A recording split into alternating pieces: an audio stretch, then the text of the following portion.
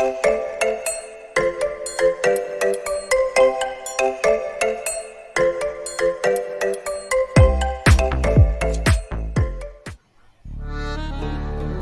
merpati terbang ke taman, hinggap sebentar di dahan jati. Cik dan Puan yang saya muliakan, izinkan saya membuka presentasi ini. Assalamualaikum warahmatullahi wabarakatuh.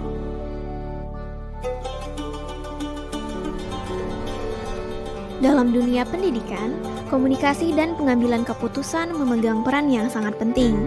Bagaimana budaya Melayu dan digitalisasi bisa berjalan beriringan dalam organisasi pendidikan?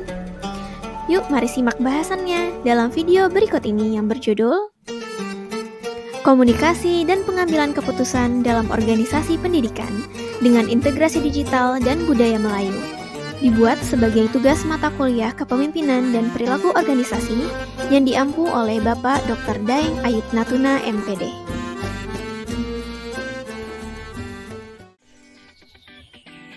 Komunikasi dan pengambilan keputusan merupakan aspek penting dalam organisasi pendidikan. Dengan berkembangnya teknologi digital, pola komunikasi dan pengambilan keputusan juga mengalami perubahan yang signifikan.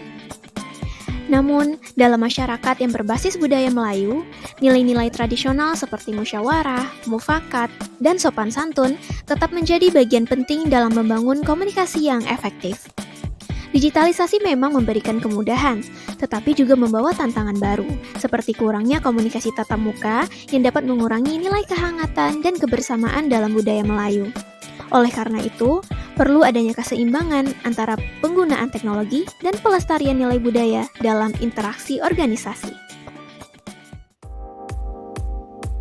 Proses dan jenis komunikasi dalam organisasi pendidikan.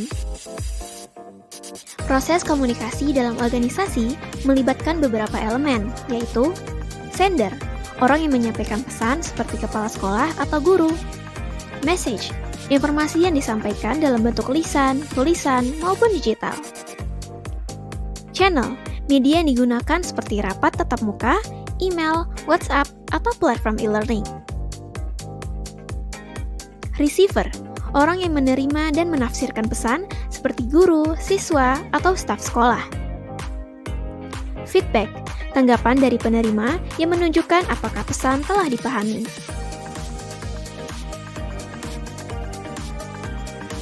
Proses komunikasi tersebut dapat membuat beragam jenis komunikasi, seperti komunikasi formal, dilakukan secara resmi misalnya melalui rapat pengumuman di aplikasi sekolah.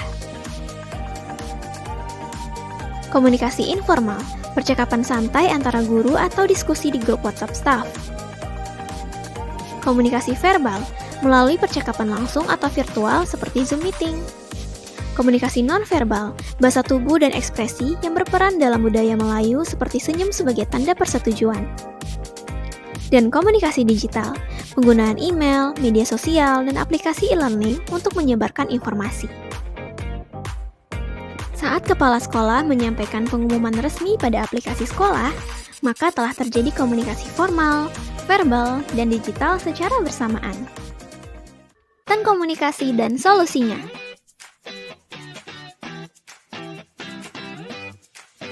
Meski digitalisasi mempermudah komunikasi, ada beberapa hambatan yang muncul, seperti tidak semua pendidik terbiasa dengan teknologi.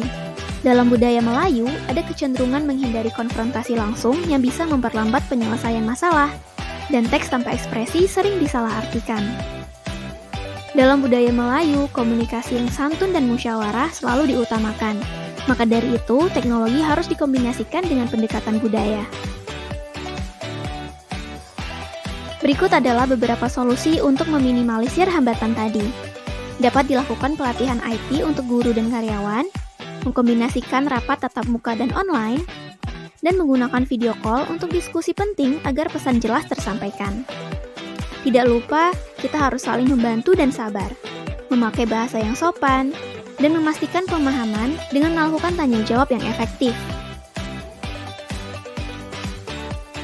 Maka sebagai contoh, kepala sekolah dapat mengadakan pelatihan penggunaan teknologi untuk guru, dan juga menerapkan kebijakan bertutur kata di grup WhatsApp, semua demi komunikasi yang baik dan minim hambatan.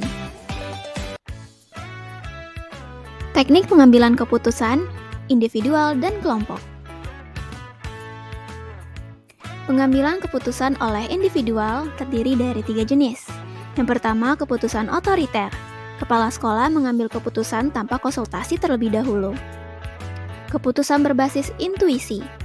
Keputusan diambil menggunakan pengalaman dan nilai-nilai budaya.